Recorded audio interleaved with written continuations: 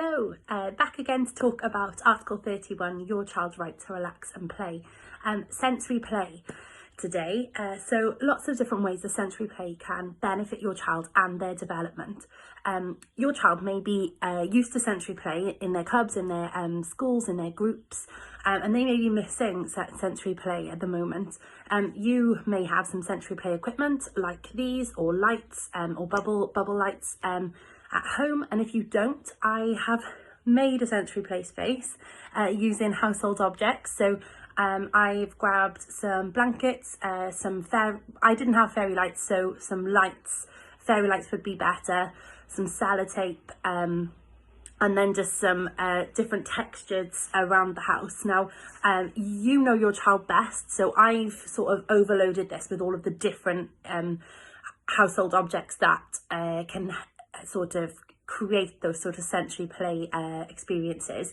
You know your child best, so just take from this elements of what you think will work best for you and your child within your house. There's different elements to be mindful of as well with the space that I've created. Obviously there are working lights inside, it could get hot with materials, so just being mindful of that. And also tables banging your heads. I've made like a little clear space here that you can see through, and also that not all children like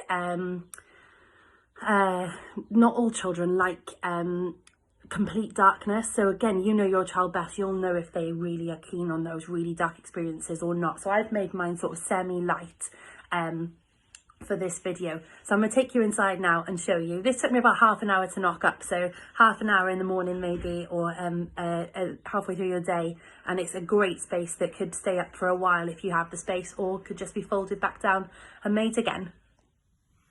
Okay, so like I said, I've created this space to be semi-light, and I didn't have fairy lights, so I've had to use some light bulb, garden light bulbs, but I guess you may have fairy lights from Christmas time that would work just as well.